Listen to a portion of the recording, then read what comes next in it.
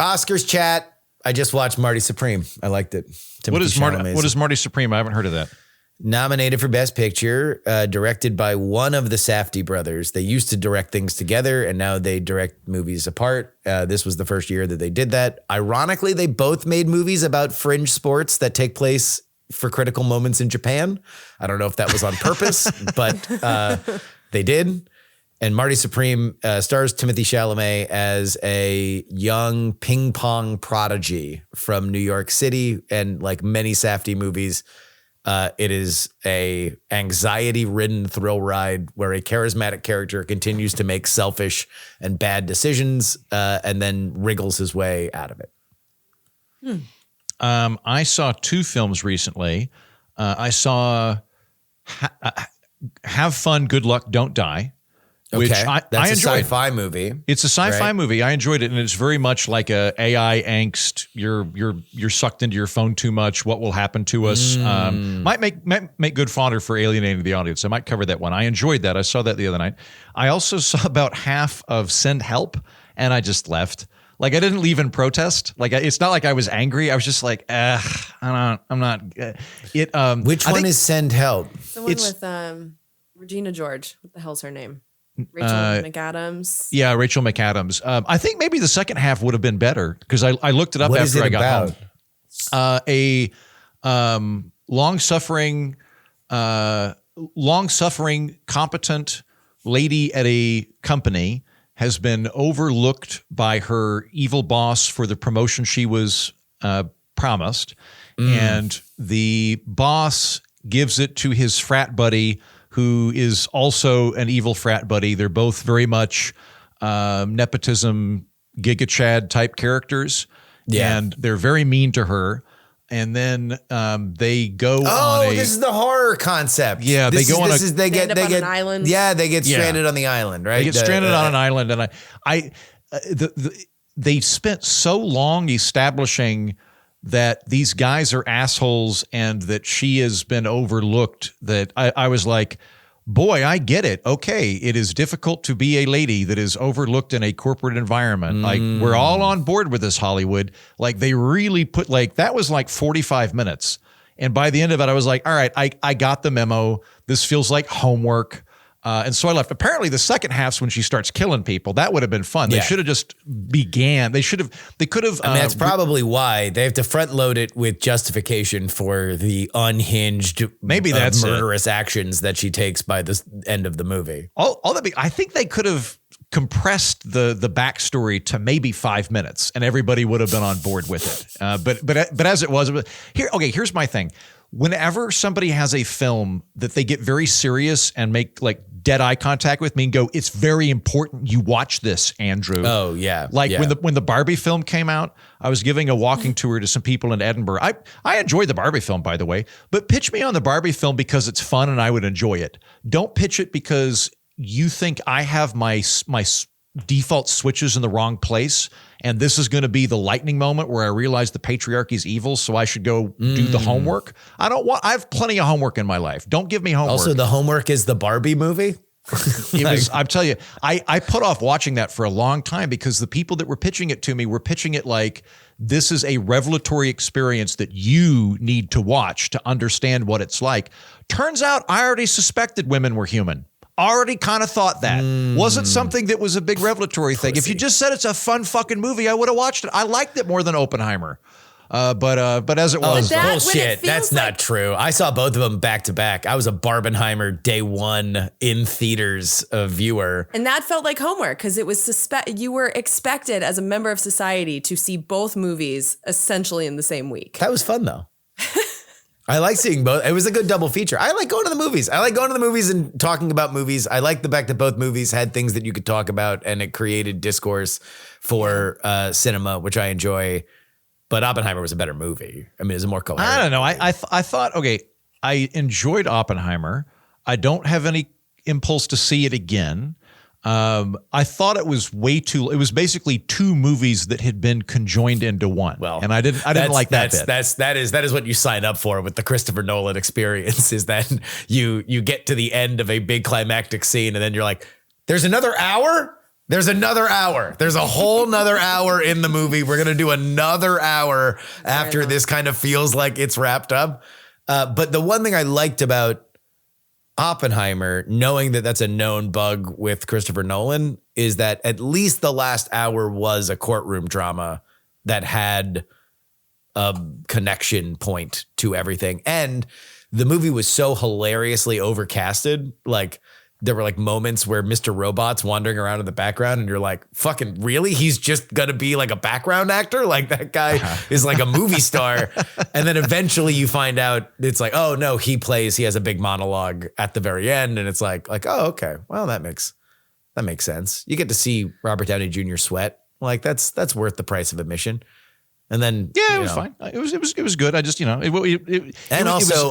says his catchphrase while nutting in Florence Pugh. That's I my agree. favorite That part was of really Oppenheimer. funny. I agree. That was really funny. Like, yeah, it's I like enjoyed that Christopher bit. Nolan, like, for as serious as he takes life, the fact that he's like no, I gotta have him say his catchphrase while he's orgasming inside a hot starlet. Like, my dog.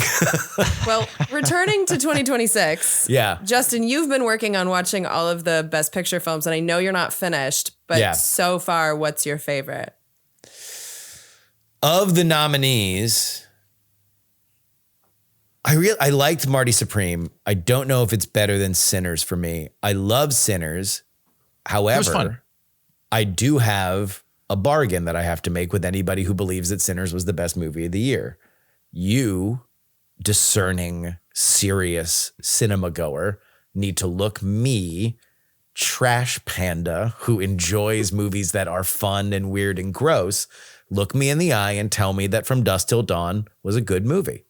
You need to do that, because if you believe that Sinners is the best movie of the year, then you surely have to believe that From Dusk Till Dawn, which Sinners bears a lot of similarities to, needs to be at least a good movie. I don't need you to tell me it's the best movie. I just need you to tell me it's a good movie. Because I suspect that before Sinners came out, if I talked to any of these people, they would tell me, no, From Dusk Till Dawn is a bad movie. It is just a grindhouse slop fest that ends being good when the Tarantino-esque crime script ends and the shoot 'em up vampire stuff begins. But all I would say is you now need to tell me that it's a good movie, because if Sinners is the best movie, it surely at least has to be a good movie. Bring in your emails, folks. Fair. There we go. I think that's fair. That's all I would ask. Other than that, One Battle After Another, I think, is way overrated. I did not enjoy it that much. I came around on that one. So that one at first I thought was very heavy-handed and ham-fisted. But then about 3/4 of the way through, I was like, okay, they're not describing our universe. This is an alternate universe where there is an actual like white supremacist Illuminati that assassinates people. And that is the world in which there are full-time revolutionaries. And I was like, okay, under those circumstances makes sense to me. The first half where I was like, I like revolutionaries, really? Like, but then I was like, all right, the factors are different. It's like when you watch films where the government is debating whether or not to like kill people because we don't have enough resources and everybody's going to starve to death. Like, my math brain kicks in and I'm like, that's just a bunch of bullshit. Like, that's not how that works. Like, Malthus was wrong. He was wrong.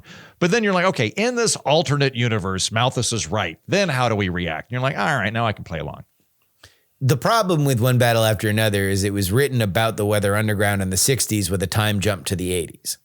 And that makes a lot more sense, because the Weather Underground actually did rob banks and blow up bathrooms and offices and were like terrorists. And when you graft that idea onto kind of modern political opposition groups, it just doesn't work. They're not the same kind of people. Even the most violent, like, the kind of black bloc Antifa types are not that same where the Weather Underground, where a group that is bringing about anti-capitalist change. And so it's like, it makes a lot more sense. That, and also I would have loved to see Leo and Sean Penn switch roles.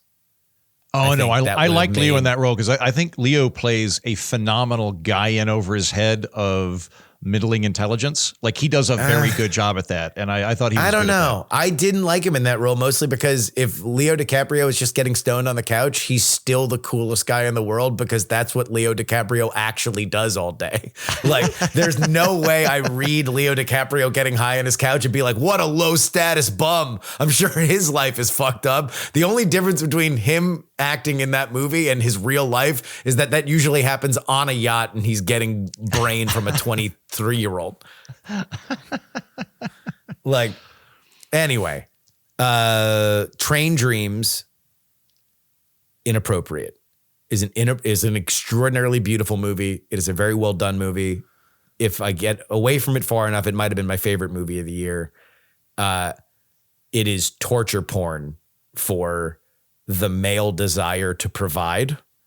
And it specifically is horrifying to watch if you also have an adorable little blonde baby. What is Train Dreams about? I would have assumed that's like Train Spotting, but no, it is about an late 1800s era logger who finds a wife and has an adorable little blonde baby. Has to realize that, getting older has its own consequences, and he meets all these interesting people, sees kind of the brutality of the world. And then whatever, halfway through the movie, he comes back and the cabin that he has built with his wife for his little baby, their entire town is on fire. And he comes back and his house is burned down and he does not know where his wife and child are. And you would think that would be toward the end of the movie. Nope. Halfway through. And then you just sit with that. Then it's like Liam Neeson, I'm going to kill the bad guy stuff. No, it's literally just him coming to grips with what he can't control. And I was crying on my flight next to an Asian businesswoman making a PowerPoint. And so I held a grudge against the movie for fucking embarrassing me. Because it is an extraordinarily affecting movie. There are moments in that movie that literally bring me physical pain to think about now as I am talking about it. But it's extraordinarily well shot, well done, and it was torture to watch. I love Smushy Justin. Oh my God. It's the dream part is he keeps flashing back to remembering things that have happened in the past. And so after the fire, he keeps flashing back to moments with his wife and child. And like, there are moments with the child where I'm like, oh my God. And also I'm on a business trip while this is happening.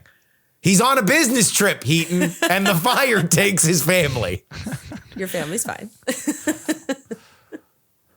Good to know, writes Jen. I regret to inform you that you cannot vote in the Republican primary runoff since you voted in the Democratic primary non-runoff. You are now affiliated with the Democratic Party, and Texas law says you can only vote in the Democratic primary runoff. You also cannot sign a petition to get an independent on the ballot. Anyone who did not vote in the primary non-runoff is free to vote in either party's runoff. Justin, I found your comments about elections in the last 2 episodes of February to be well-reasoned and insightful, particularly about mail-in voting procedures. Agreeing with you disturbed me, so I was relieved to hear you return to form in March. Heaton, you are not always competing with porn. I listened to your show during my refractory period. Jesus. This person fair. This person has written a great email that scares me. This is like meeting this email is the really attractive, scary woman at the bar. I feel like it was like the Three Stooges. Like they just lined the 3 of us up and then slapped us consecutively in the face. Yeah. Oh, what other fucking movies? I don't know. I gotta watch. I didn't see any of them, so this whole time I've just been watching Grandma's Boy in my head.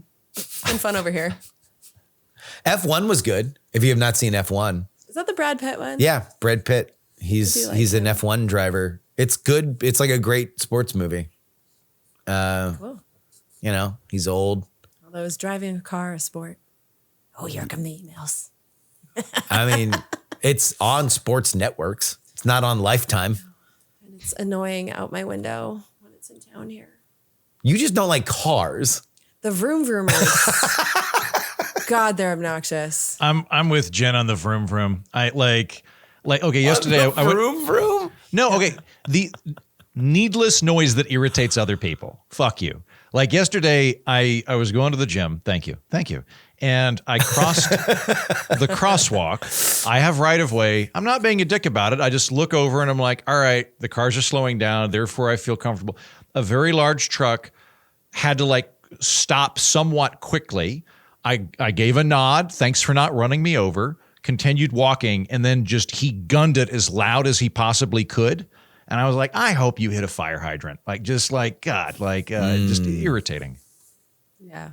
There's some cars I think are cool. Down in Galveston this weekend, we drove by something that looked like a 1920s like buggy. They were just like putting down the street. And that was super cool. It was quiet. I appreciated it. I mean, I don't think that there's a lot of people that are like, man, I love it when people rev their engines really loud. But yet... there's so many douchebags who do it. We all hate you, and yet you do it for what? Each other? It's a cry for help. It's a douchey and no one loves me move. That's for sure. Yeah. But there's a lot of these fuckers in Austin. So maybe people need to be nicer to them. I will just continue to flip them off as they make noises. We come up with a legitimate grounds for a Pagulayan tax. Is that how you say it? And go, this is an externality. If you want to have a loud car, that's fine, but you got to pay a tax on it. So from now on, you got to pay $100. That's a bumper sticker right there. Who's nanny state now? Huh? Yeah. No, I want somebody to take exactly what Eaton said, and I just need the quote, and we are going to sell bumper stickers of there should be a Pagulayan tax on anybody who revs their engines because this externality must be driven out of society. I mean, technically you can call it noise pollution and have the EPA regulate it out of existence. They have these laws in New York and nobody gives a fuck, right? No, they don't. No, they, having lived in New York, New York is weird in that, so they do have certain zones where you can't have ambulances and they seem to abide by that. Like if you're in the Upper West Side in a residential area, they will not do that. And then generally speaking, you don't have people honking on the side streets. But what makes New York unique amongst all the cities I've lived in is that people treat their car horns as a button for unrelated existential angst. So like I was in Edinburgh a couple of years ago, something happened. There was big traffic congestion over on Princess Street. It was just dead silent. Like I my jaw dropped because I was walking through these throngs of cars and everybody sitting there understood something's happening up front.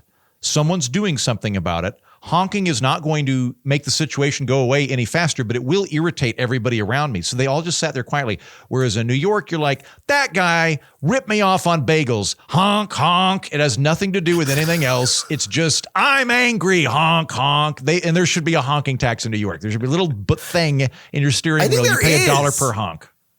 Oh, you want a meter. You want a meter installed in cars. Yeah. You get like 3 honks free per day. After that, you get taxed.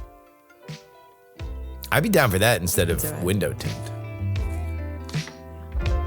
Lower those volumes.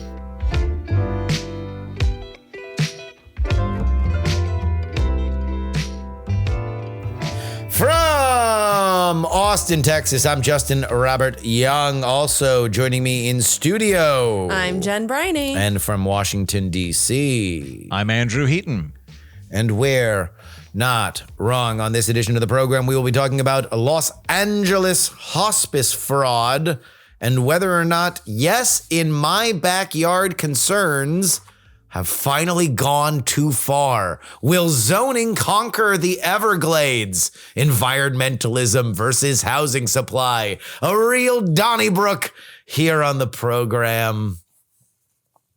Let's get into it. CBS News investigative investigation found widespread indicators of hospice fraud in Los Angeles County. Using the same warning signs identified by California state auditors, reporters analyzed all hospices operating in the county and found over 700 of the roughly 1,800 providers show multiple red flags for fraud. These indicators include clustering of many hospices in the same building, overlapping staff across companies, unusually low patient counts, and billing patterns suggesting abuse. In one case, 89 hospice companies were registered to a single building. although the owner says that 12 actually operate there. Some providers billed Medicare despite reporting 0 patients, and the average billing per patient in LA County was about $29,000, more than double the national average. Authorities have prosecuted some cases and revoked licenses, but enforcement has been limited, and the problem persists. Jen, would you say that this is a big problem, medium problem, or small problem?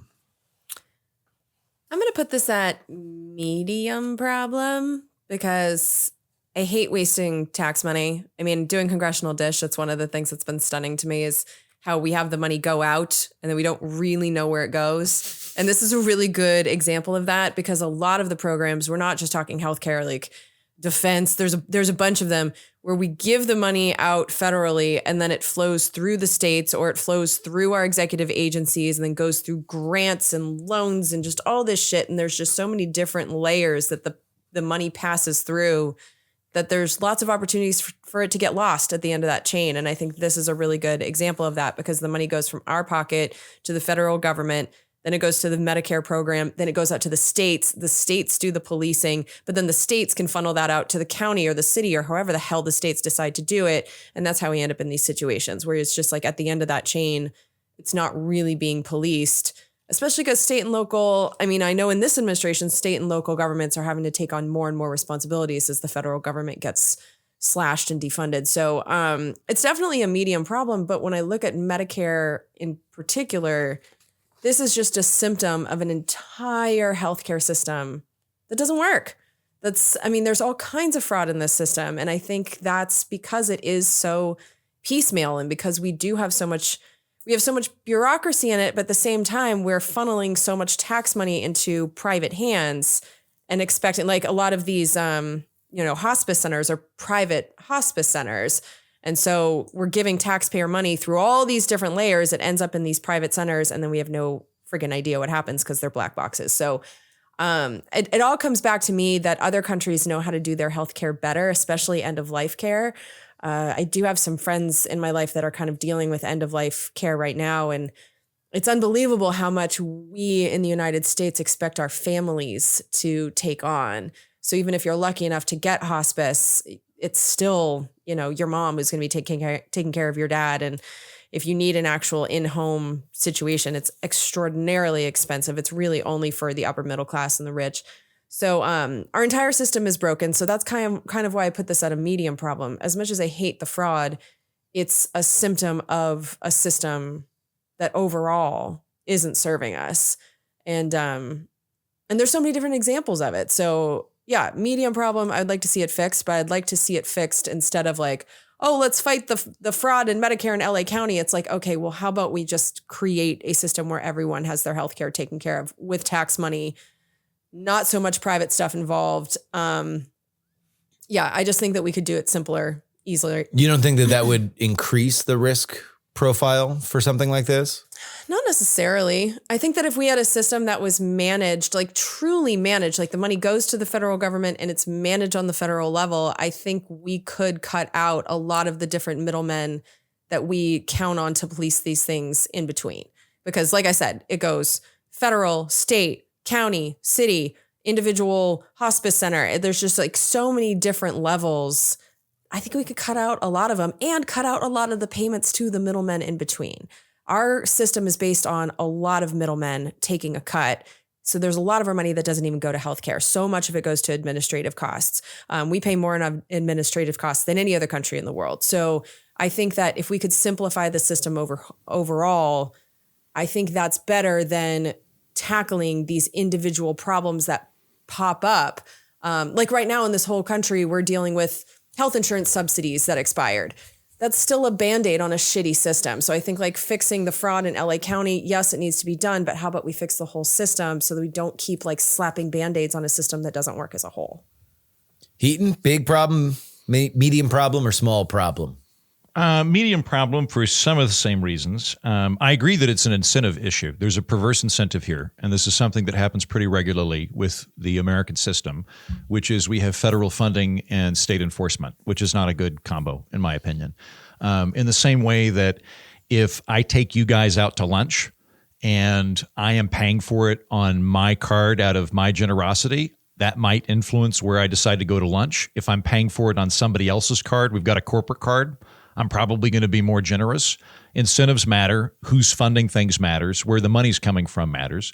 So in a situation where you have federal funding paired with state enforcement, I'm not surprised that you would get a lot of fraud, because the enforcement mechanism doesn't have the same skin in the game that the taxpayer has. And the taxpayer is large enough in this instance that you're probably going to get those. Other examples of this kind of phenomenon, we get a lot of disability fraud in the United States for even worse reasons, because the government has an active rationale to inflame the system at the state level. With disability payments, they're coming either entirely from or predominantly from the federal government. And in those instances, if you're the state government and you get somebody on disability, they no longer qualify as unemployed. So it makes your numbers look better.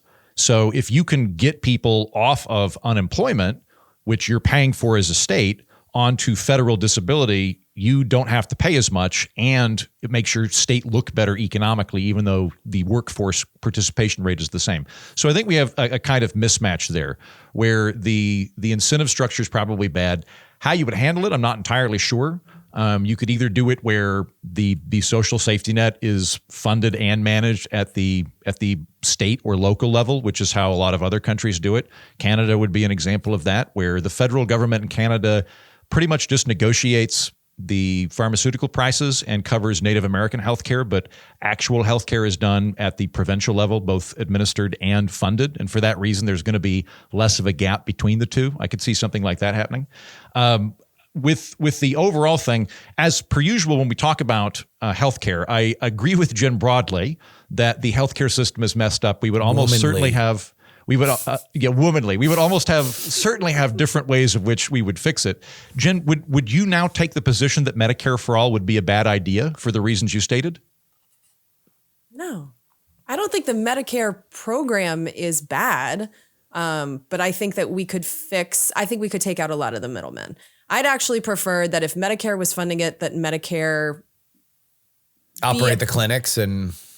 At the very least, because I don't believe that we need to have fully public hospitals and stuff like that. I think private hospitals, private doctors, I think those can still exist. But and you kind of mentioned this, Andrew, too, where the enforcement mechanism right now, the money goes to Medicare, and Medicare basically just serves as piggy bank. So it gives out money and then the states administer. I would like Medicare to take a more active role and kind of be like in all of the states and run their own program, as opposed to all 50 states have something different. I think it would work better, and we'd be able to police it better if we had more centralization of the Medicare program. Well, I mean, the reason I bring it up is I understand that the way Medicare works is it is public funded but private administered, right? Like it's the presently with Medicare, the government reimburses private doctors for some amount of money. So it's the same problem that we're dealing with here, that there's a private provider in the form of hospice that's being publicly funded. So I would think that mismatch would still happen. If you were to do it where the enforcement's taking place at the federal level, I guess, but the overall problem of that private-public model would remain inbuilt in a Medicare model, as opposed to doing like single-payer healthcare a la the United Kingdom. I mean, if you want to go full government healthcare, I'm open to doing that. It seems to work well in other countries. So Yes, it does. We've had this debate 1,000 times on this show. Yeah. But I have had healthcare in other countries. They do it better. So like with Britain, where you have like national nurses, everybody's working for the government. That is kind of unique, is it not?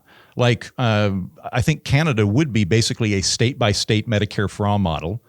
France would be more Medicare for all.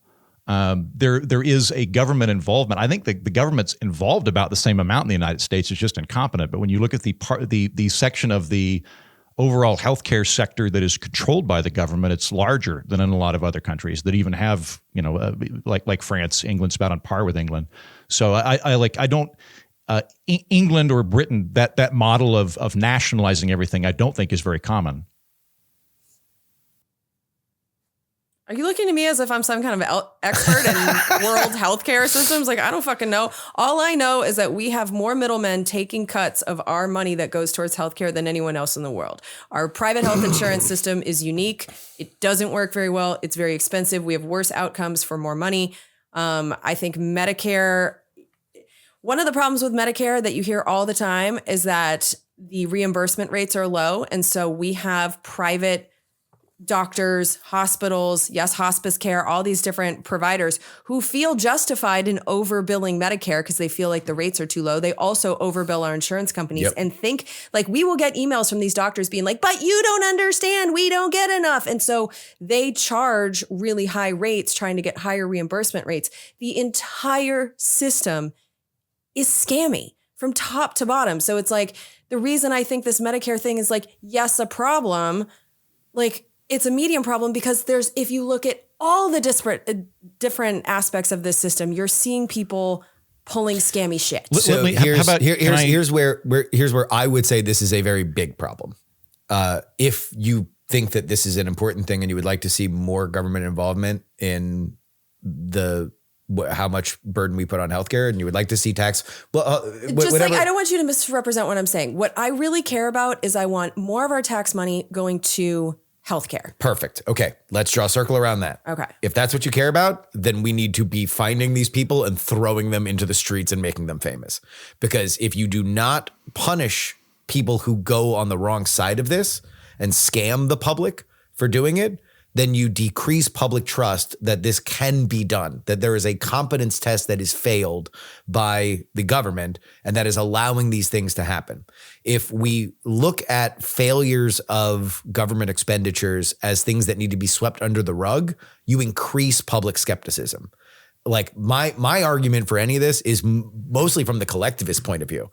If you want people to believe that the government can be a good steward of their money and we are going to get the best bang for the buck, then you need to look at cheats to the system and treat them extraordinarily harshly. And you should not be looking at them and saying like, it's a little thing, or maybe it's a bit, or it's being done by a community that probably deserves a break or something like that. That's bad. That is how you bring the American public further away from trusting solutions that could be done by a central authority. So like, I'm here to tell the communists, like, if you think that this is a thing that you want more of taxpayer money to go to healthcare, then you need to be finding the cheats and making them famous. But the cheats in this situation are the private hospice people that are allowed to, like, right now the government is just piggy bank. It's just money going to private providers. So I feel like our privatized system is actually what is indicted in this, not necessarily the government.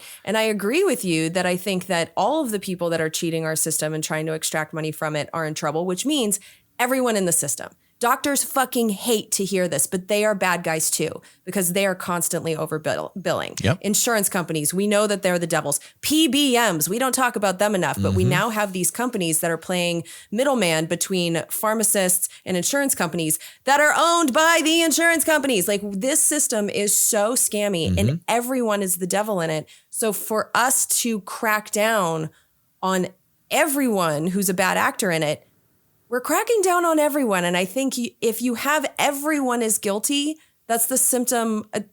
That just means that you have a bad system. Because not everyone can be guilty. So this is Andrew talking, not Andrew talking in relation to Jen. This is me talking in relation to this problem here. I don't think the private-public model works well in America. Jen, I'm really glad you brought up the overbilling thing. This is a constant problem in Medicare. With Medicare, the reimbursement rates are set by in effect, a price control board or a price recompense board. The result being that we first, when we designed the system, said doctors, we're not going to pay you a profit basis. We're not going to do that. We're just going to pay you a lump sum total. But don't worry, there's so many old people that even though we're not giving you a profit model, you're going to get so much compensation. So we're just going to do cost plus. It's whatever your cost was plus 3%. What did doctors logically do with that system? They went, oh, okay, I'm going to use a golden scalpel. I'm going to have 3 of my colleagues come in to give an unnecessary appraisal of the situation. We are going to very intentionally drive up the cost in order to get more money since we're not being paid on a profit margin. That was a horrible idea. We did put in laws to try to stop that. One of those is now having boards that say this is how much you can compensate for. But one of the other things we did was to try to make sure that the doctors would not give unpreferential treatment to various parties. They went, you can't, if you accept Medicare payments, you can't charge private healthcare less. You have to charge them the same amount. We're negotiating for everybody here. As a result, they've driven up the prices for everybody else. So I think Medicare has been very inflationary from a healthcare perspective, that private-public model that we're talking about, which is part of the problem here, right? It's, as you say, the piggy bank is paying these private contractors. What I would do if I were designing this system from scratch is I would try to separate those two phenomena, the private sector and the public sector here. And I think both should be operating. There's really good stuff that comes out of the private sector. America's very good at speed. It's very good at innovation. We produce all sorts of medical developments compared to the rest of the world. That's a good thing. And the profit model is an important part of that. Also, Americans like having private stuff. We like being able to have a outsized say in our health insurance and in our healthcare providers. That's all fine, right? Like I would rather just have two verticals. Like rather than having Medicaid, Medicare, have federal clinics like they've got in the United Kingdom, where it's a federal entity that is administered and everybody there is a federal employee and it's free and open to the public. There's almost certainly going to be weights and rationing, just like in every country in the world that does that. But it would provide a base level for anybody where they're not going to get turned away if they need medical treatment. They might have to wait, but they're there. And then for everybody else, let the private sector loose. Allow it to compete across state lines, remove certificate of need laws, allow people to get reimbursed for medical treatment that they seek outside of the United States. That way, let's go. Yeah, that way you have competition actually working, you have market forces working. But for people that don't have the money to do it, we, instead of putting our money through this very complex, inefficient private-public model, just have a public model and a private model and pick your poison.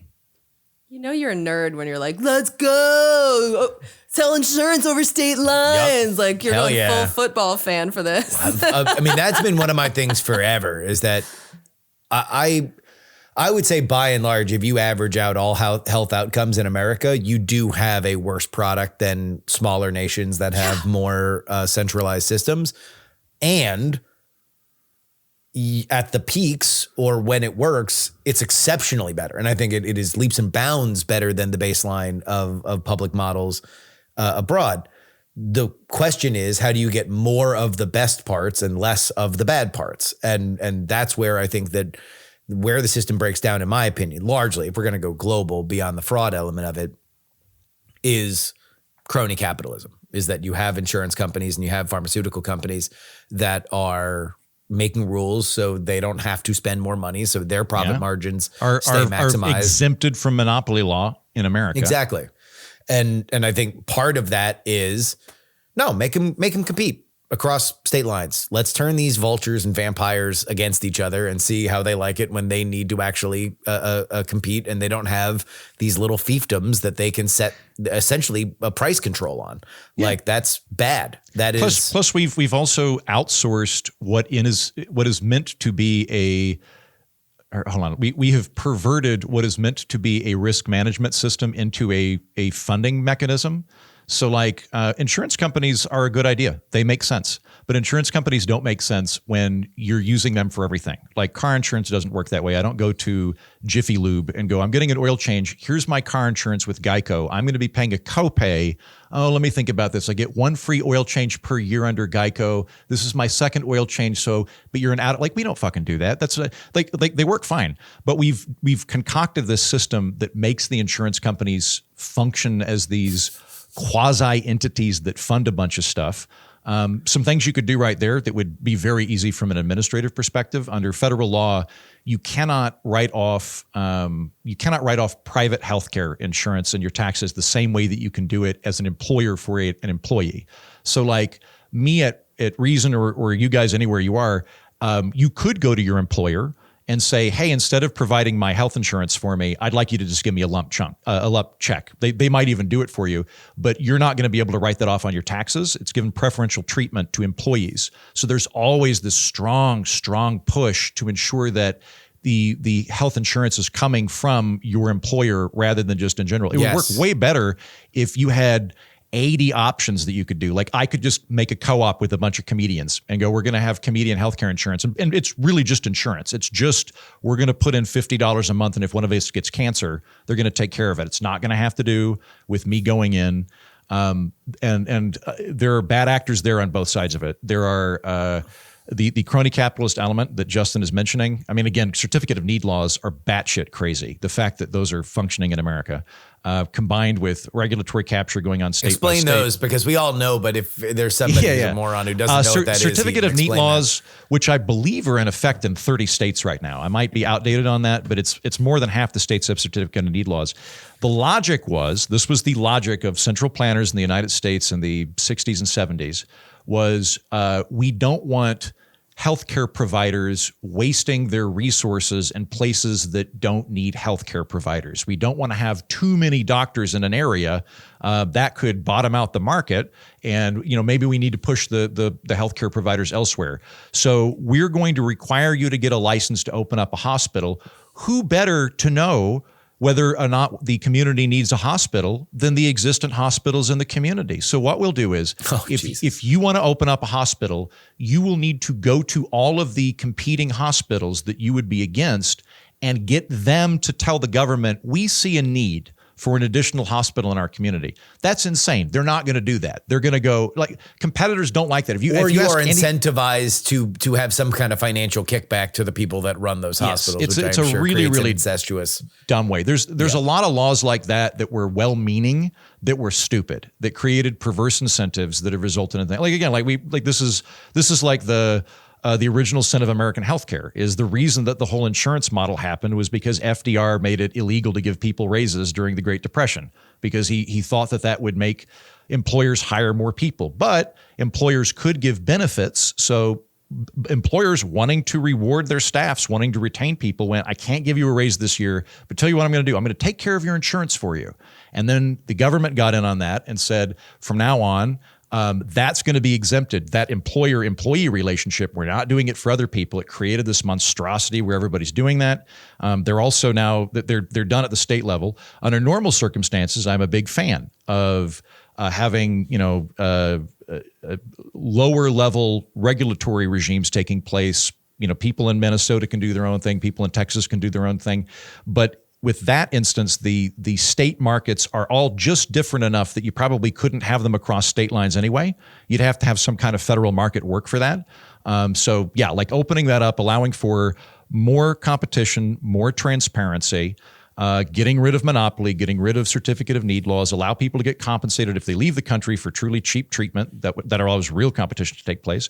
And then on top of that, the incredible amount of money that we spend right now, because we spend a fuck ton of money publicly using taxpayer dollars on healthcare, put that into federal clinics. Have that be that's just going to be a vertical that's run by the government that people can use. But let's quit having the combination of the two. That one doesn't work well.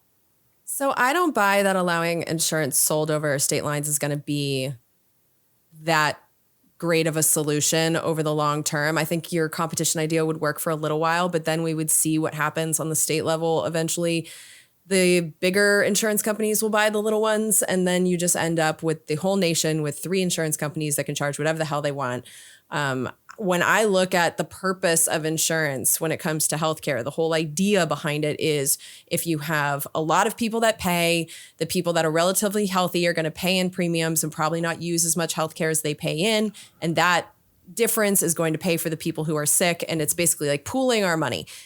We could pool our money for 330 million Americans and have like one insurance system for all of us that is just taken care of with taxes. It doesn't have to be this complicated, because I just don't think in a country that doesn't enforce its monopoly laws that you're not going to end up with insurance monopolies anyway.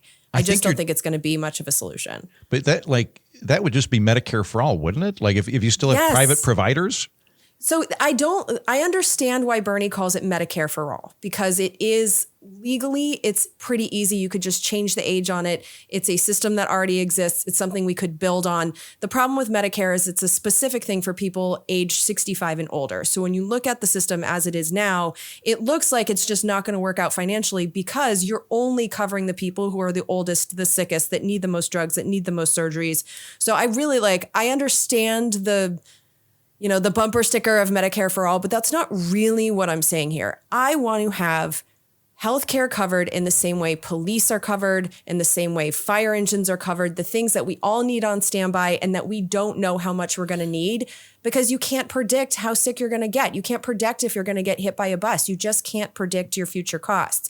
And so I feel like that's something that society, every single one of us needs on standby.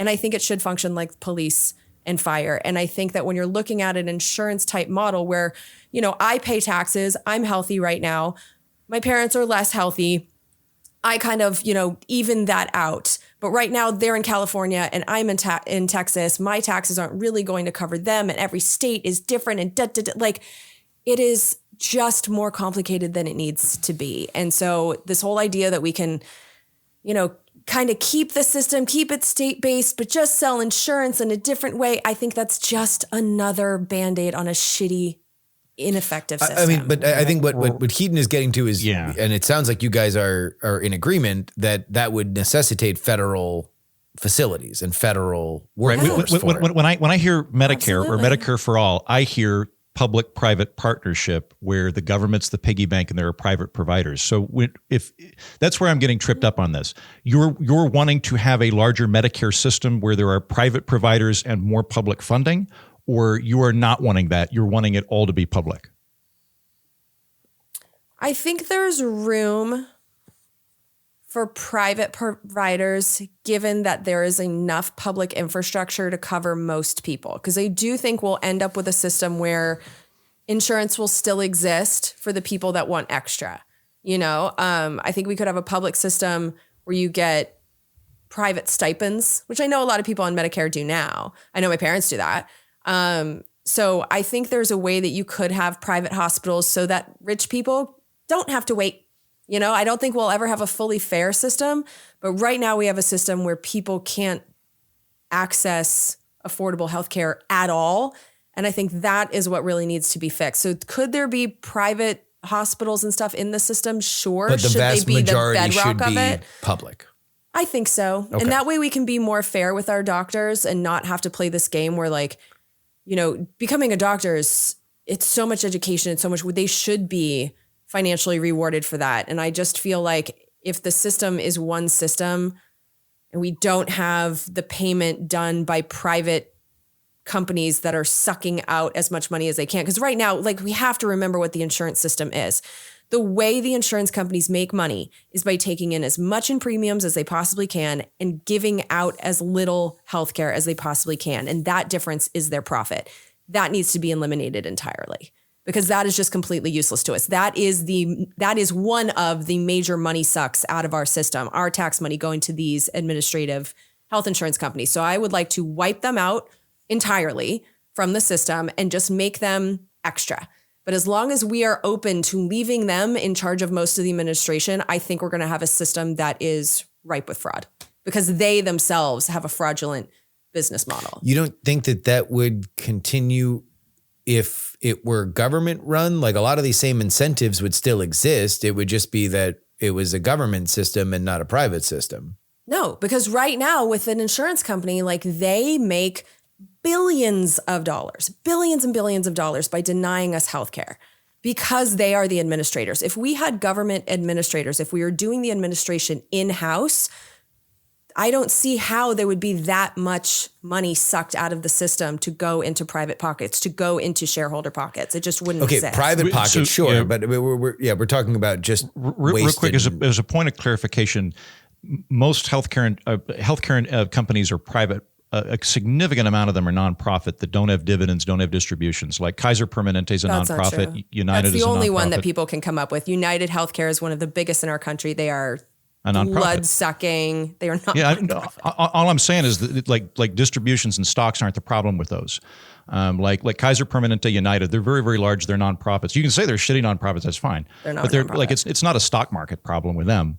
But like, well, I think you're saying they don't have shareholders. Yeah, they don't have shareholders. United Healthcare's CEO makes fuckloads of money in shares and millions of dollars extracted from our system. Like, yeah. But not stockholders. So here's what I want, Jen. I don't want insurance companies to go away. United I just want Healthcare is not a nonprofit. I don't know what we're talking about here.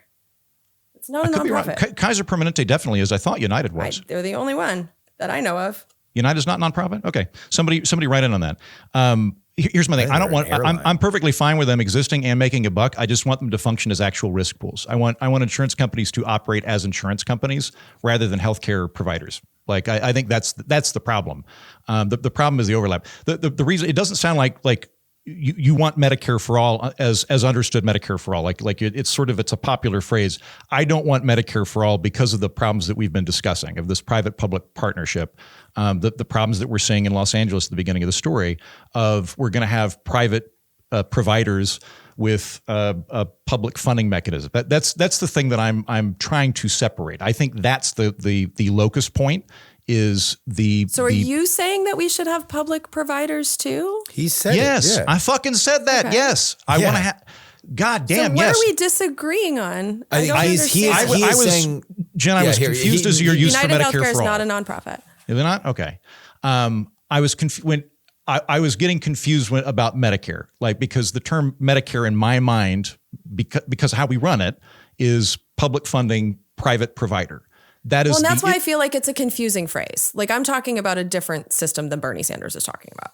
I'm going further than Bernie Sanders. Good. Thank you. Then Jen, what I want to have is your system, and I want that to exist. And I want there to be a completely separate, fairly untethered private model, not in terms of fraud or safety, but in terms of all of the economic mechanisms are there, right? I think that there should be both. I think that we should have a backstop for people, that no one in our country, being this affluent, wonderful country, nobody should be afraid of getting cancer and dying from from choosing between bankruptcy or treatment. No one should have that, right? So I want there. What I'm saying is I think that all the money we're currently putting in Medicare, which is a fairly inefficient system, and probably Medicaid as well, and a lot of the other ones, would do better. Let's just put them in a vertical of federal clinics. They're going to be run that way. It's probably going to be first come, first serve, or there's going to be rationing, like in every country that has them. And then untether the private sector from all of the stuff that's strangling right now, the certificate of needs laws, the anti-competitive practices, the exemptions of monopolies, the inability to compete across state lines. Let the private sector actually function as a private sector. I think in that system, you'd probably see us be an inversion of what they do in Europe. When you look at the various countries in Europe, everybody has private healthcare. It's just not the common one. Even in the United Kingdom, which is the most socialist healthcare model that I can think of in the developed world, they still have, rich people still pay for private hospitals, private healthcare.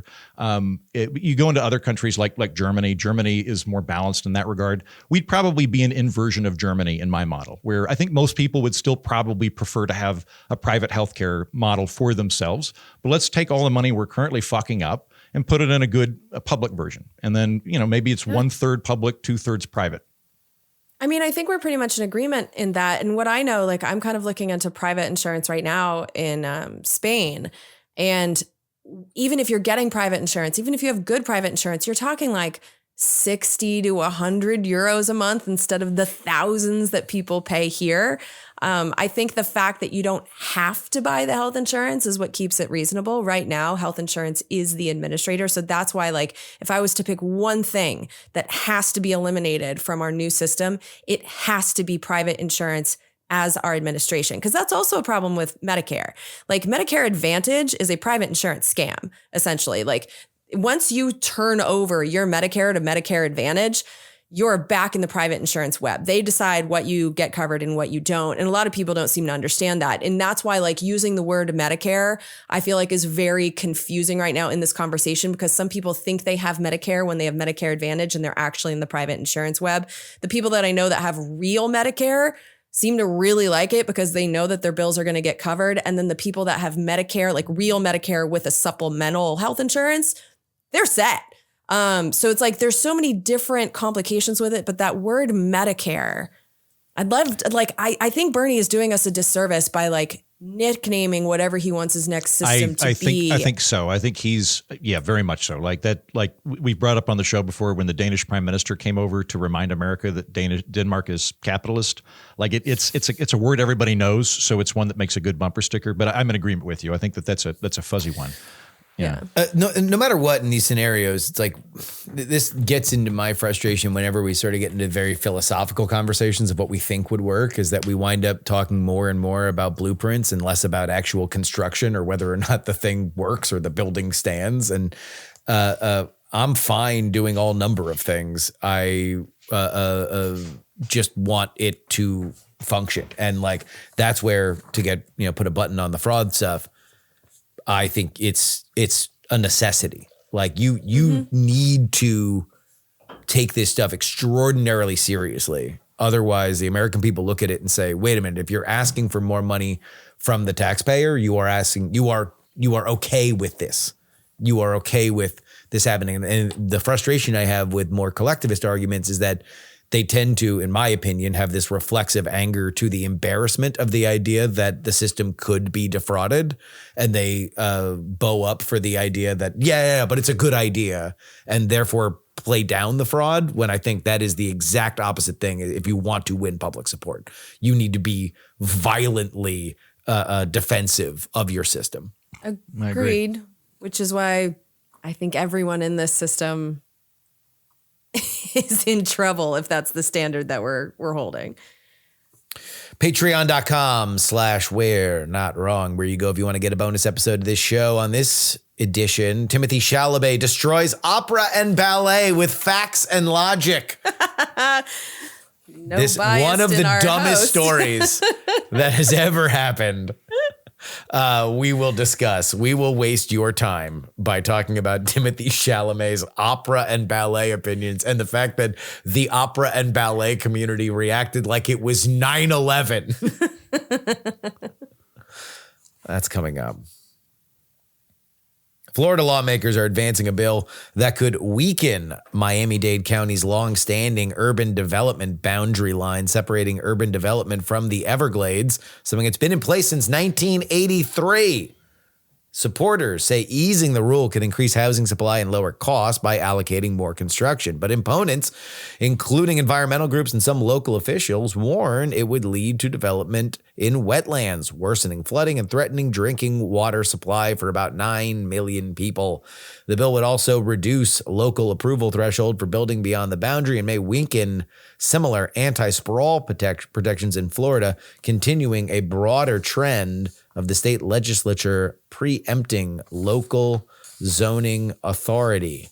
Heaton, your desperate bloodlust for more houses is going to sacrifice the Everglades. What say you to this environmental holocaust? Depends on how they're going to do it. I don't think that, based on what I've read, that this is a Heaton-style YIMBY upzoning reform. A Heaton-style YIMBY upzoning reform would be, in Miami, we allow people to build up. What this sounds like to me is the people pushing this bill do not want to allow people to build up. They don't want to release restrictions on duplexes, apartment buildings, accessory dwelling units, all the shit I regularly talk about. What they want to do is take their existent fascist zoning code and push it out to allow that same artificial suburban scarcity thing to be further out. This is what happened to Los Angeles. The reason Los Angeles is this giant ugly concrete pancake is because they made it illegal to build up in most of it, so it keeps pushing out. So I don't think that this is a YIMBY thing anyway, but I would be willing to engage with it depending on how they were going to do it. So if they were to pair it with, hey, we're going to expand the amount of land that can be developed for residential areas beyond the current confines, we're coupling that internally with what I just talked about, then I would be game. Under the circumstances that they went after, like the Everglades agricultural area, there's 700,000 acres of farmland near Lake Okeechobee. It's not a protected area. It's not the Everglades National Park or National Forest. It's just farmland, right? If they wanted to go, hey, let's open up that farmland for residential communities and allow things to be built, I'd be totally fine with that. If they wanted to go to the Redlands agricultural area, same story, and open that up, that's fine. In those instances, they're not taking a a biome area that has been set aside for ecological preservation and converting that into condos. They're taking farmland and allowing people, if they want, to build houses on it. So I would be fine with that. I'd be okay with that. I would fall short of anything that is currently in the Everglades National Park, although they couldn't do anything about that anyway because it's owned by the federal government, or let's say like things in the state's water conservation areas. The only issue that I could see with my current thing of fine upzone the farmland would be you might have to deal with runoff water and potential flooding. I don't know that. I don't know the runoff patterns of that part of the country well enough to be able to give you a detailed map of the water externalities. But suffice to say, I don't think that this is really good YIMBY reform. I think it's just expanding a bad system outward, which is not what I'm wanting. If they were to reform actual Miami to allow people to build up, and they wanted to allow people to build up in Redlands or other farm areas nearby, I think that would be fine. Heaton's super cool with all housing being really expensive. Why? I can't. I'm not going to comment on Andrew's thoughts about anything. Those were fine. The only thing that I have to say about any of this is that I've been to the Everglades. It's not hospitable to humans. Like, this isn't a place where you should be building anything. It's a swamp. It's meant for gators and fish food for gators and vultures that eat tires. And like, it is a crazy place to even consider putting condo buildings. Like, if you look at any map, because I don't believe that climate change is a hoax. If you look at it, the tip of Florida is the first to fucking go. So why are we going to allow more houses to be built in a place that is just going to be flooded very, very soon? It's kind of flooded now. It's a swamp. Like, this is just another dumb fuck Florida idea that we're going to have insurance for, and then the hurricane's going to take it out, and then these bumpkins are going to rebuild their homes in the swamp. What are we doing? There are places where we have homes now where they don't belong. I was just in Galveston. Great town, won't exist in 100 years. But to now build in the Everglades, it's just the dumbest idea I've ever heard in my entire life. We've been building in the Everglades for a while. Stop it. Why? That's where I grew up. It was pretty cool. Are you a gator? No. I got waitlisted from UF, actually. You were not raised in the Everglades. Literally, so Broward County, where I grew up, Davie and Plantation butt up against the actual Everglades. Like, there's 135, I believe, or 136. My South Florida card is going to get pulled. Literally goes on the line of the Everglades. You drive out of 595, and that leads you to Alligator Alley, which is just like just raw Everglades until you get to the west coast of Florida. Swamp. Yes. Oh, yeah. It's a giant fucking swamp. But Weston, which was even being calling built, it land is funny. Weston, which is where what was being built when I was a kid, that was built on the Everglades. That used to be Everglades land, and then they developed on top of it. This is something that's happened. The development of South Florida is the settling of the swamp. It used to be swamp leading up to beach, and then it's now beach. You can also do that. Like have either of you been to the Netherlands, like to Amsterdam? Well, never. We mean stop it. Stop it. It's a cool place to be. If you're a gator, it's a nice look. The Everglades are inhospitable and ridiculous. It is there for gators and gigantic snakes and drug dealers to drop shipments. Like, that's the only place that the only things that ever and really bodies happen. Because they'll sink down to the bottom and you'll never see them again because the gators will eat them. One time, me and Brushwood did a thing on a fan boat in the Everglades. It was sponsored content for Toyota, and I was talking to the fan boat operator. I'm like, what's the craziest thing you've seen? And the 1,000-yard stare this guy gave me was just like, it's like, he's like, is this a test? Are you wearing a wire? What was it? He wouldn't even tell me.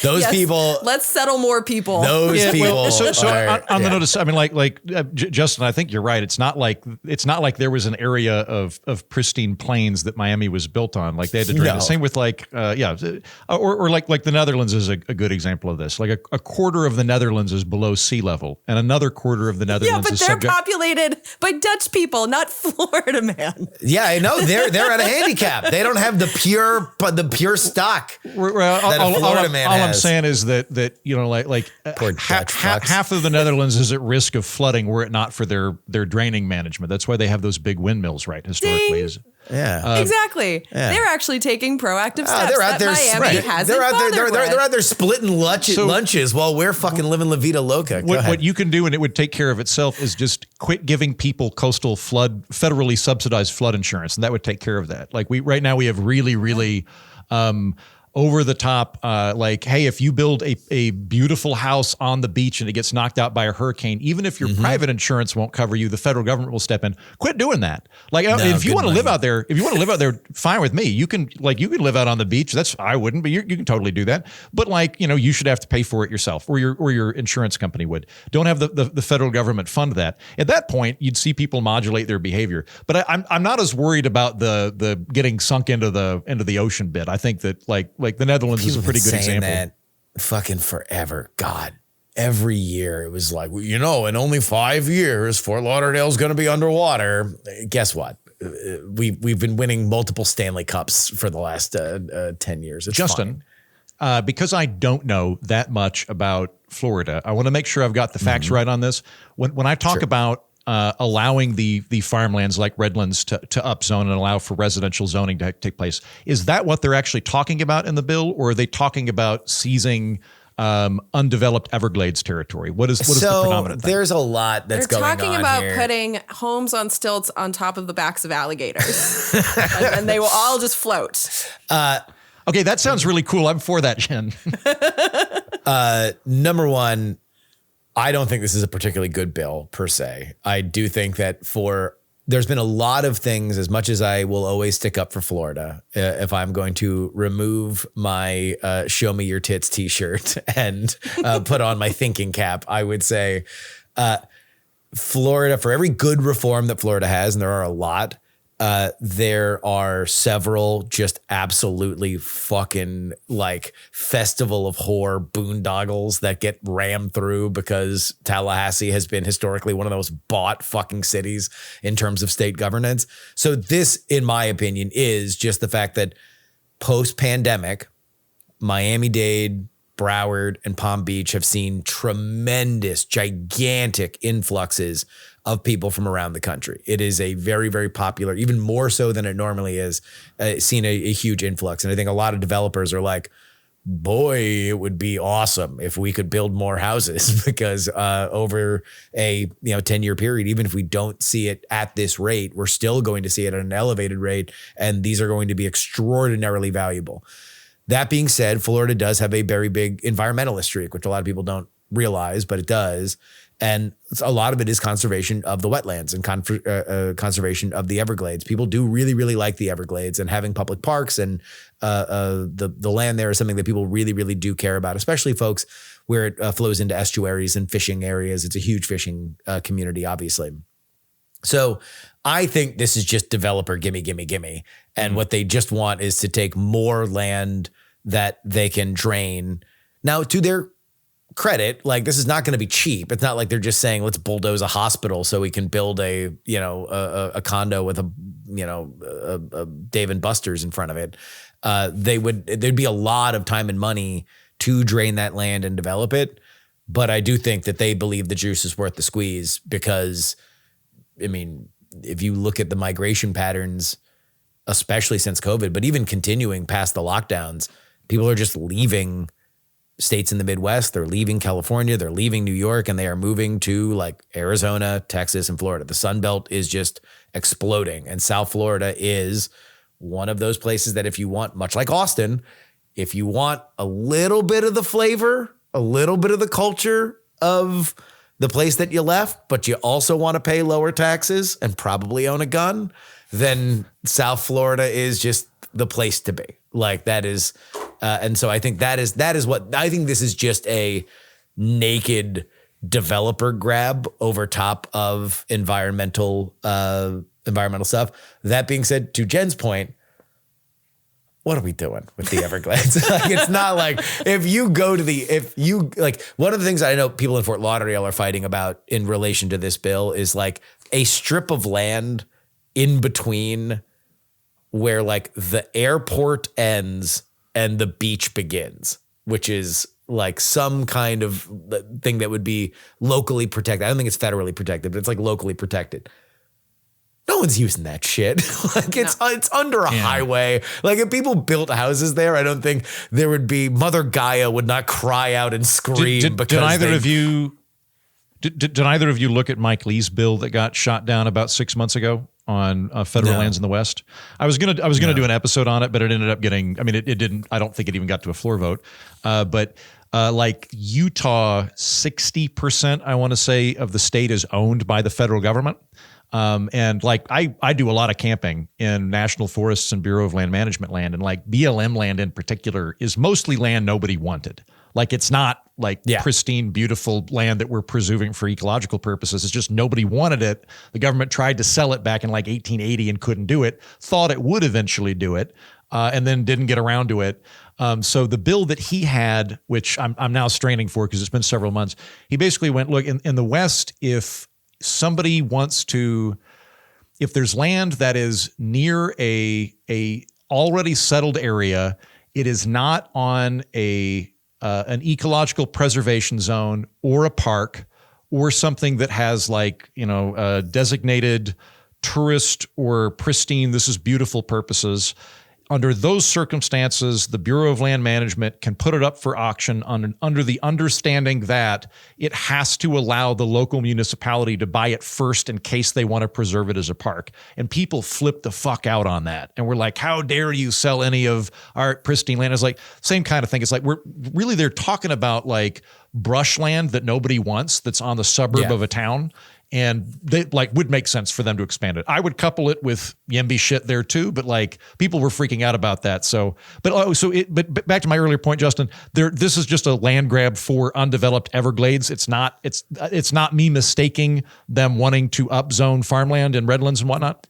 They might also look to do that. I mean, the story of Florida in general is taking land that people didn't want before and turning it into land that people want. That is the story of the state. So everywhere is going to get developed. Everywhere is going to eventually be something. There's so much of Florida that still is undeveloped, and that even beyond the federally protected Everglades land. So that'll just continue to that. It would not surprise me if that eventually just happens anyway. Totally fine with taking the Everglades agricultural area and allowing for residential zoning to take place because it's mostly sugarcane, which means federal subsidies for sugar. So like, I don't like my guess is they don't. My guess is they don't want to do upzoning farmland because that would just be Yemby for the farmers. They don't want that either. So I doubt that's what's being discussed in there. But I don't have a lot of sympathy for the sugar plantation guys getting the three people that you don't fuck with in Tallahassee historically are Big Sugar, the Seminole Tribe, and Disney.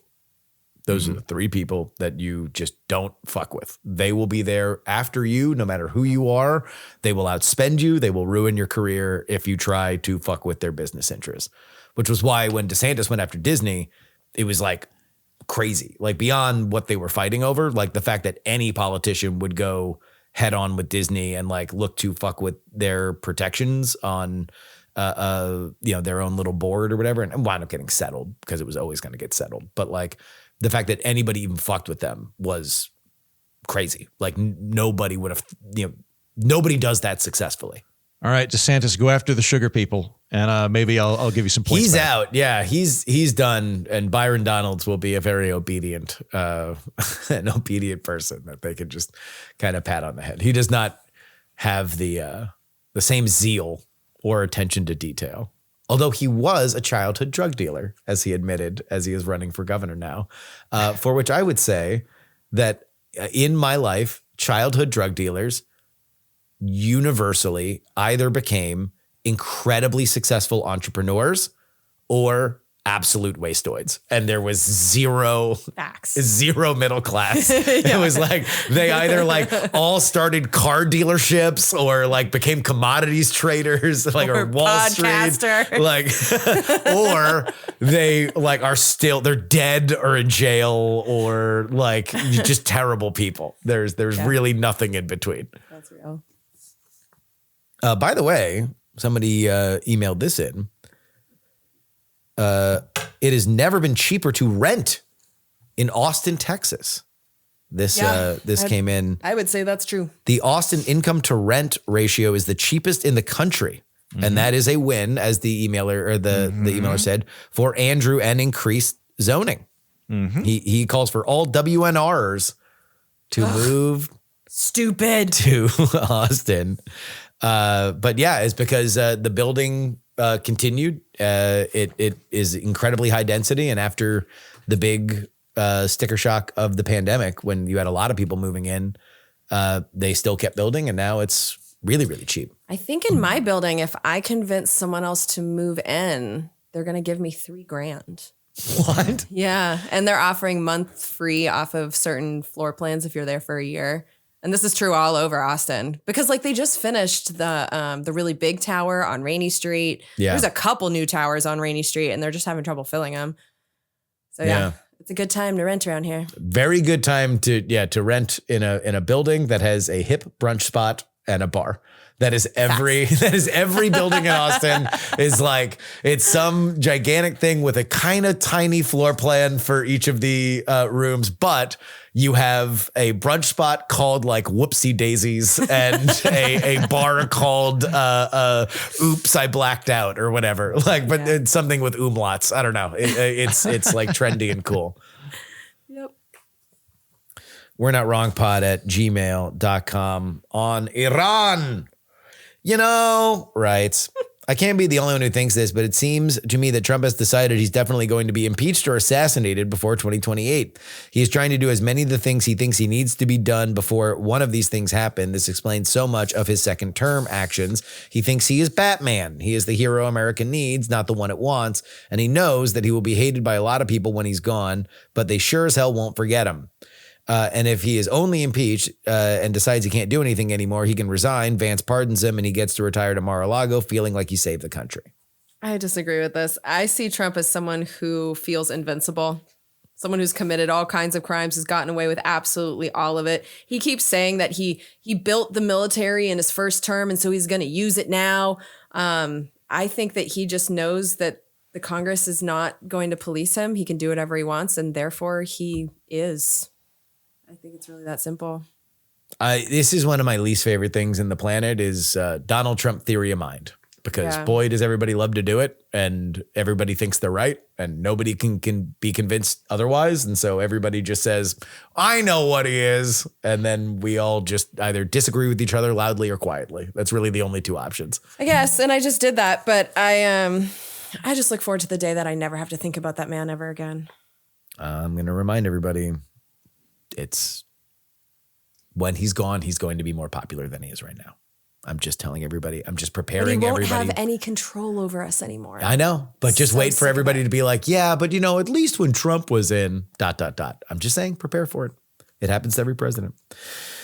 Missiletism is autism for missiles, writes Jen. Tickled my missiletism. You don't use THAAD to shoot down a drone. That's what a Patriot or CRAM are for. THAAD is for ballistic missiles specifically. Just point of fact. Also, we have drones now too. See, Lucas drones, our version of the Shahed drones. I was going to say that exact same thing. Thank you, listener. We're on the same page. Okay. Thank you for your service.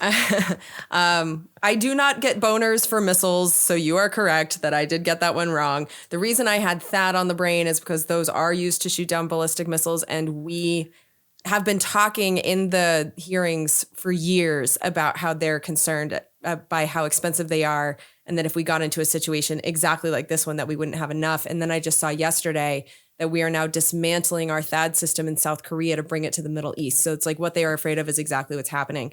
But my overall point in bringing up any of this is that the Iranians have very cheap drones. We are using very expensive missiles to shoot them down. If you watch military analysis, whether it's domestic news or international news, they're saying the same thing I am, that we have a mismatch when it comes to the amount of money we are spending and the amount of money the Iranians have to spend. And it's going to be a war of attrition, whoever can last the longest. So right now, financially, Iran's looking pretty good. They have a lot of drones left, so. Haha, take that, right? I can't wait to hear Heaton's reaction to the Ayatollah's son becoming the new supreme leader. His pipe dream of a democratic republic is in the shitter. Boy, you got me as a neocon who really thought that this was going to be a walk in the park and we would be welcomed as liberators. I've really taken that by medicine. Also, you got my pipe dream wrong. My pipe dream was that they were going to call me and go, "We listened to your podcast. We think you'd make a great Shaw. Do you want to come hang out?" That was the pipe dream, and still You might would happen. make a great Shaw. Thank you very much. I'd install Think you. about the costumery that I would bring to the Peacock Throne. It would be terrific. Yeah. We also don't know if that dude's alive. He was named Supreme Leader and he has not spoken to the public. And there are some reports that he doesn't have legs and he's in a coma. Well, his wife was killed along with his father. And Yeah. so how did he emerge unscathed? Like, you're right. We don't know that he did. He's always been very shy, apparently. He doesn't like speaking to the public in general. Seems like a prerequisite for supreme religious leader. You would think. That you have to Yeah. enjoy public speaking. Yeah. No, it's really tough to figure out what's going on over there. And even like the Middle East, the media over there, I've been watching a lot of Al Jazeera English. They're just like, Iran's not letting information get out from normal people, let alone the leadership. So it's everything I'm watching is just like you have to take everything with a grain of salt because we just don't know what's going on inside Iran. It's been odd because initially there were reports that he didn't want it. Why would you want it? Seems like a bad job. Yeah. And then he gets named, and then it's like, oh, okay, well, the next thing that usually happens, especially when it's Iran and the United States, is that there's a defiant recording and, it gets played on American media and it's, you hear the, like, the American translation, like, "We will be defiant. Like, the great Satan will eventually be brought to its knees. Its arrogance, its final breath, blah, blah, blah," right? Nothing from him. No Ayatollahs writes, "I feel like I need to point out that the term Ayatollah just refers to a certain high-ranking cleric in Shia Islam. When we say the Ayatollah, it's kind of the equivalent of saying the cardinal when talking about Ayatollah Khomeini. And Khomeini were not just Ayatollahs, they were also supreme leaders, a Rabar, which is a pretty modern and particular development." Yeah, which is why murdering the guy was kind of a big deal and why I don't think that they're just going to let it go. Thank you for this, listener. I'm going to start saying Rabar. I'm going to sound very smart. Thank you. When I become the Shah. Jesus. I just want to, like, Heaton, your desire to make jokes about, like, the things that you, like, wander into. Like, I did stand up on Epstein's Island, and I would like to put myself, and I would like to put myself in opposition to the Islamic Revolution During war. Iran, a position that has gotten Salman Rushdie repeatedly stabbed. Like, seems like you just, for a man as milquetoast as you are, you sure do like the heat. You know what? I'm in it for the bits. I serve comedy. I serve comedy. If I get assassinated, let everybody know I am a martyr for comedy. Wait, right? I know the United States never officially declared war against Iran, but didn't Iran declare war against the United States in the 70s? And isn't their government still officially at war with the United States? What kind of legal situation does that make for military action against Iran? That is a really interesting point that you bring up, but I don't think it changes the situation we find ourselves in. To my knowledge, there is no mechanism. There's definitely no mechanism constitutionally. I don't believe there's any mechanism in statutory law that automatically makes the United States declare war if declared war upon. The War Powers Resolution was passed in 1973. I believe Iran declared war on the United States in 1979.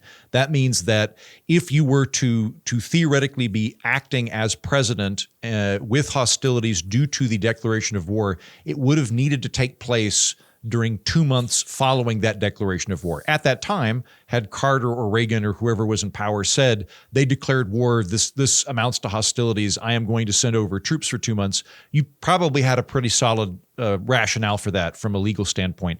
Given that it's now been 40-something years, I don't think that holds up. I would like for our very, very smart listenership to come up with the bill that I would like to introduce into Congress that has the acronym talk shit, get hit. I don't know what it would be, but I need somebody. There's very smart people that can fill this one out that would automatically, if you declare war on the United States, would automatically authorize the use of force against you just like that. Now, maybe we don't use it, but I don't know. Talk shit, get hit. I like the title. The idea behind it is trash, and I would vote against it. And finally, a concerned European writes, as a European, this Iran affair is making me worried about another wave of migrants that might be triggered by potential uprising from ethnic minorities, potential clashes with the Azeris, and so on. Because while a lot of these migrants would stay around the Middle East, a lot of them would again move into Europe, therefore creating another crisis. Given the aftermath of the last one and the willy-nilly special major combat operation will cost Europe the most, even when we are not a part of this war and played no part in starting it. That is a fair concern, my friend. Yeah. I share it. Well, we'll see if they've learned any lesson from the Syrian one. On the BAFTA N-word. If you can find it cheaper anywhere else, writes, I think the BAFTA controversy was an elaborate ruse to make you forget that Sinners was fine, maybe really good, but not the most nominated film ever amazing. I saw the same movie in the 90s and it was called From Dusk Till Dawn and featured a scantily clad Salma Hayek putting her toes in Quentin Tarantino's mouth. Now that's cinema. For the record, Tarantino wrote that script. So, and then took that part knowing that he was going to have Santanico Pandemonium's toes put in his mouth as she poured tequila down her leg.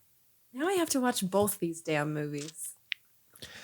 They are, what I found fascinating is that Sinners has a similar scene, one of the centerpieces of the movie, wherein through a very, very technically impressive and sonically beautiful moment, it is explained that Black culture is united throughout time and space by music.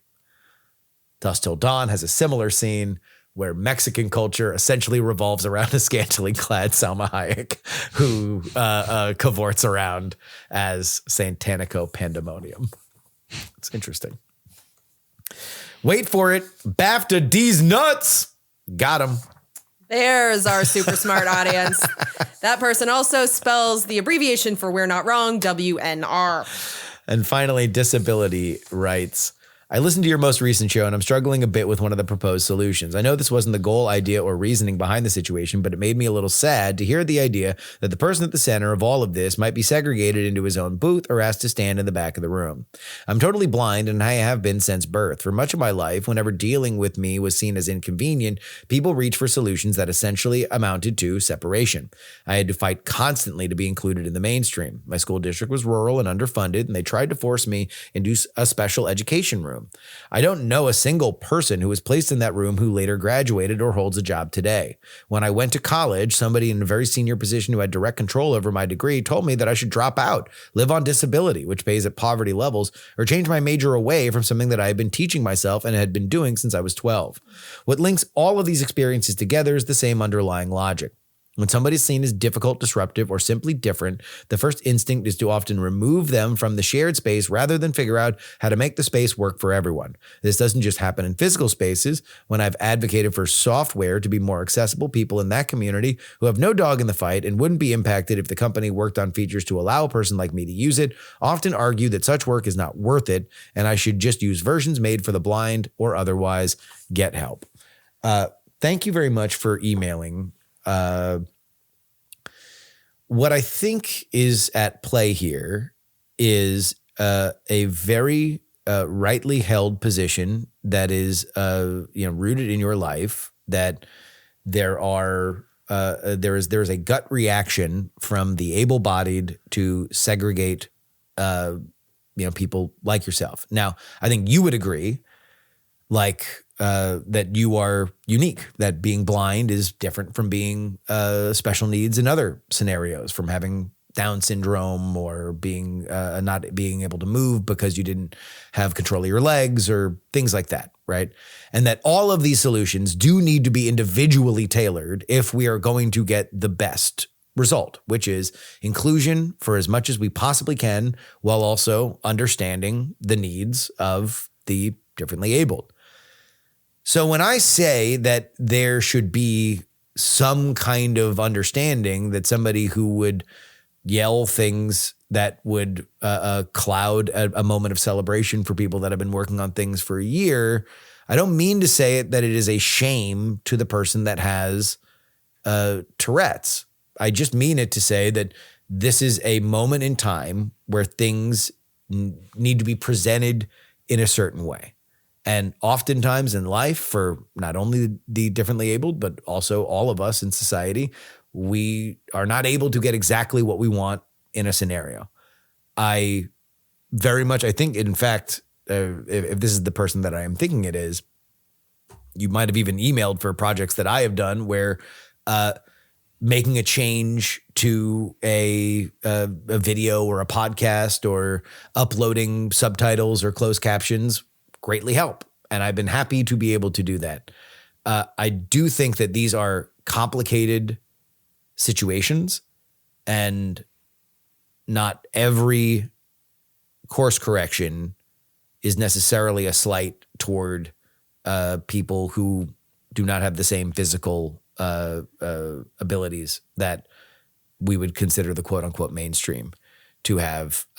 They're not all the same. We do need to make specific changes in the same way that we wouldn't want to lump that it was unfair that you were lumped with, people in special needs programs that, were not at your level because you did not have a cognitive problem. You had a physical disability that needed to be routed around. Yeah, I want to thank you for sharing your story and that perspective. I hear you, and I feel like it isn't fair to be separated. I think with this particular situation in which the disability, I'm trying to figure out how to say this. The disability that this person had, where they yell swear words and insults, and they can't control it, had the ability to, in a way, harm other people. And I think that's one of the reasons why this situation is a little bit different from yours. And I think this could have been handled in one of two ways. The way I think I would have preferred it is I think BAFTA should have warned the audience and certainly the speakers if they were going to have that person so close to the front that they could be heard by the speakers and the microphones. They didn't warn them properly with actually like what could be yelled.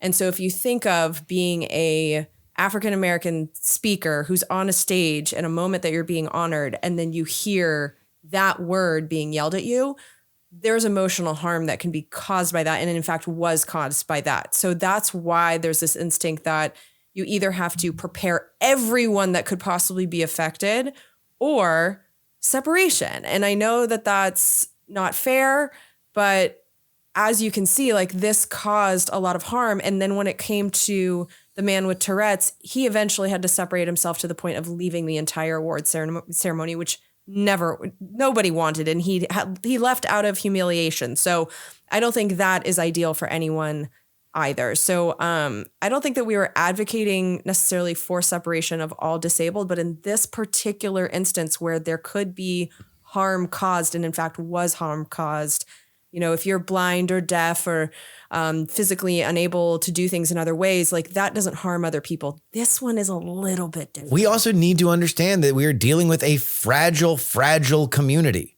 Yeah. Actors. Yeah, that too. like they are not well. They are a weird, vain people that like need to be, they have their own little thing. We look at them on the television. If you're standing in public and having to deal with a moment like that in front of millions of people, like that's a really scary situation to be into. I actually do feel bad for the speakers as much as we make fun of actors. Keats.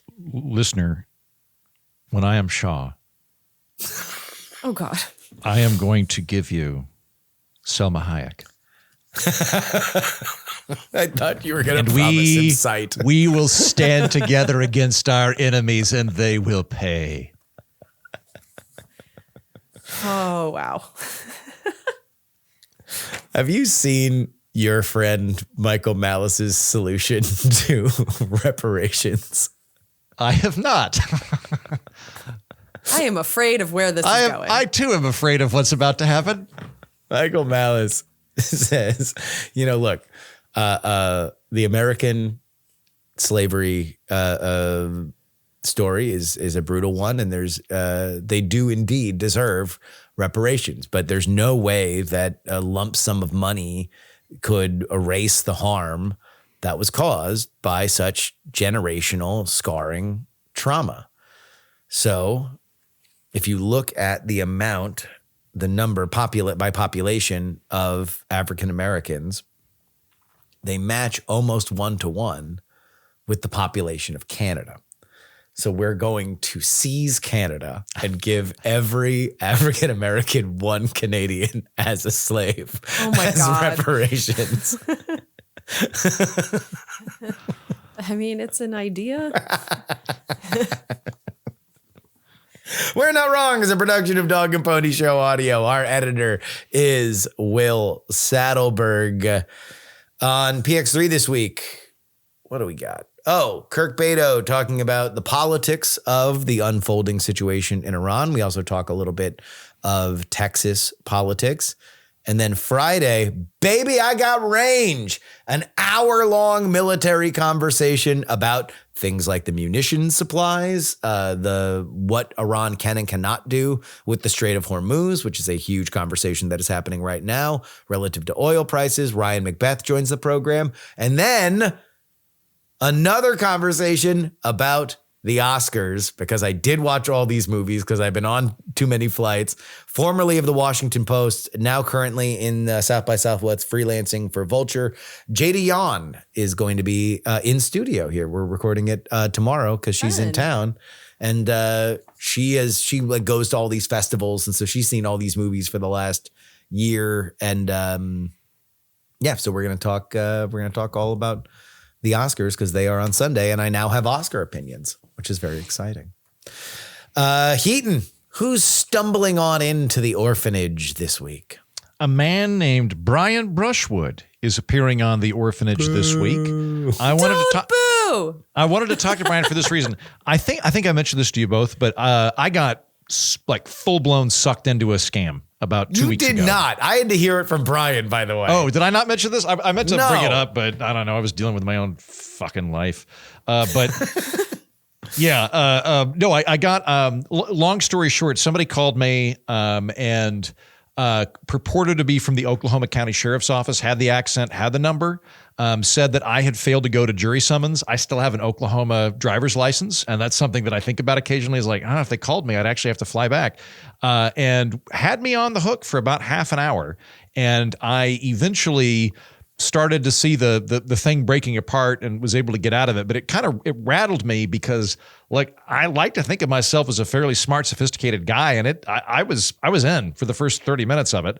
And I thought I really want to do an episode on how this phenomenon happens. And I'm particularly interested in what does this look like moving forward in a world where you can have fake voices, have masked images in Zoom, things like that. And I did a cursory search of like, who are people that know things about scams that could come out as an expert? And then after a couple of days, I was like, you know what? Brian Brushwood literally runs scam stuff. And along with Justin Robert Young has done World's Greatest Con specifically about con jobs. So I called up Brian and we have a really good conversation about not just how scams operate and how they fool people, but what you can probably expect in the not too distant future with AI as it allows the bad guys to have armies of robots. Yeah. Brian's a confusing one to me because he's such a dear, darling friend and I enjoy hanging out with him so much. And then sometimes he'll say something and I'll be like, you are shady. Like you can scam anyone. Yeah, but he's always used his powers for good. He has that ability, but he's always decided he was going to use it for benign. And I tell him that every week when I come over to mow his lawn and fix his gutters and pay him $80. Yeah, no, that's a really good person to interview for that. Jen, what's sizzling on the dish? So I'm not done with it yet. I will be recording it this week because there were some developments. I've been working on an episode about ICE, which is not getting judicial warrants to go into our homes, and they should. And so I listened to some hearings about that, and then I went to find out because there was some follow-up when the leaders of both ICE and the Department of Homeland Security testified to Congress. So I watched those hearings, and then immediately after them, the Secretary of Homeland Security, dog killer Kristi Noem, was thrown out on her ass. And so we are adding that whole story to the end of the episode. And so I'm still working on the episode. I'm hoping to record it in the next day or two. But yeah, this is another really important one because we need to know they are not following the law when it comes to coming into our homes. Did you know that the now outgoing Secretary of Homeland Security had spent $220 million on her horse commercial? Like we were talking about the fraud, and I think, Justin, all of your points about the necessity to get rid of fraud are very important. The amount of fucking money being sloshed around. Hold on, what was the other one? The other one was Hegseth. So she $220 million for what seemed to me to be a pretty pro Kristi Noem commercial more than anything else. $220 They million looked like for campaign that. ads to me. Yeah. Oh yeah. Well, also, it was a beatific ad about how amazing America is, and then about 20 seconds into the ad, it's like, don't come here. Yeah. Here's a beautiful world. I'm on a horse. Like, oh, it's so amazing. Blah, blah, blah, blah, blah. Look at my long hair, big tits, and this cowboy hat. Yeah. Yeah. Yep. $220 million. I believe that is the working budget of The Dark Knight Rises. You could shoot The Dark Knight Rises for what it cost to do that. It was not that good of an ad. It didn't make any sense. It was full graft, not only with Kristi Noem, but her little boyfriend, Corey Lewandowski, who did he produce it for a mere $180 million personally? There is just a disgusting fuck pile of like consultants that are consulting on like, oh yeah, you should ride a horse and for somebody that ran on draining the swamp way back. So the Defense Department, I saw reporting yesterday, under Hegseth, $98,000 was spent on a Steinway piano for the Air Force Chief of Staff's home. So $100,000 for a piano, not a salary, not anything, just a piano. They've also spent $5.3 million on new iPads, and they've spent millions of dollars on shellfish, Alaskan king crab, and $7 million on lobster tail. So $7 million on lobster tail. Those, according to people online, those were like reward meals for people that have had their term extended, like specifically the USS Gerald Ford. Apparently, like they've been out for 11 months because we keep pushing them to Venezuela and then to Iran and everything. And so those are not like, it's not like Hegseth is chomping that down. Those were like reward meals for troops. At least that's what the word is.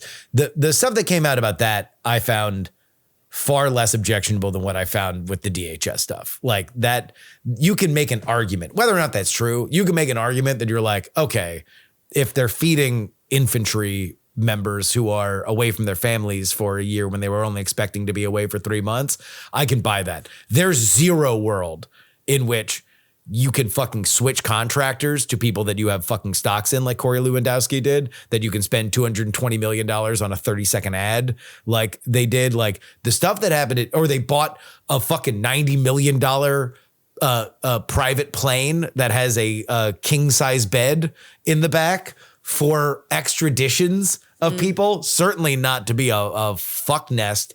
And in the hearing, Kristi Noem was like, we're removing the bed. We're removing it. And it's like, that's not good. Yeah, exactly. Somebody fucking steam clean it before they fucking touch it. Yeah. Then also, it's like, look, you knew that shit was bad because people from inside DHS were leaking about them because they know when the Democrats take control of the House next, and it will likely be at these midterms, the hearings are coming. Oh, yeah, and are. Like, good. Let's go. They hated Corey Lewandowski so fucking much that they basically laid out the where the bodies are buried trail for them because they hated him. He's such a dickhead. Like I was talking with Kirk Beto on the show that's out now on PX3. People talk about Kristi Noem in DC. You didn't hear the Kristi Noem whisper like network, 5%. The Corey Lewandowski Whisper Network, 95% of it. Like, he was the fucking reason that any of this shit was happening. He should not be working in the government. He's a special governmental employee that's only supposed to be there for 130 days and was just like literally walking past people who were keying him in so he wouldn't have a trail over 130 days. He was a full-time fucking employee, and I'm thrilled that he is being ejected, at least from DHS, which has, also they were incompetent. She didn't work. So like, you had the steel that was needed to build the wall on the southern border, and like, she just didn't sign the paperwork. And so when the price of steel went up because of the tariffs, we had to spend some ungodly amount more than what we had when the paperwork was on her fucking on her desk. And all that shit was out there before she got fired. She only got fired because Senator Kennedy, a Republican from Louisiana, who is just a fun quote. He's fun. He is. Yeah, he's fun. But he basically called the White House and said, hey, I'm going to press her on this $220 commercial. And they were like, $200 million. Or $220 million commercial. Are you okay with that? And they're like, fucking go for it. And so when she said that the president signed off on it, then the president like, what? Yeah. Absolutely not. And that's why she got fucking fired. Yeah. All because of President Trump. I Good do want to say riddance. one thing about this reporting with the Pentagon. Andrew listed some of the things, but I am being very careful with trusting anything about that, because if you look at the main headline that's being reported, I've seen it from two different sources. They're saying that Pete Hegseth spent $93 billion with a B in 1 month. I think they mean million, because if you look at like what they're listing, it's stuff that's, millions here and there, hundreds of thousands here and there with stuff like king crab, shit like that. It doesn't add up to 93 billion. And yet that is the number that's being reported. So whoever is reporting this, it's sloppy from the jump. And so I just want us to be careful with that one. Okay. Yeah, thank you. All right. That'll wrap it up for us today. For Jen Briney and Andrew Heaton, I'm Justin Robert Young, reminding you that we're not wrong. The Everglades are.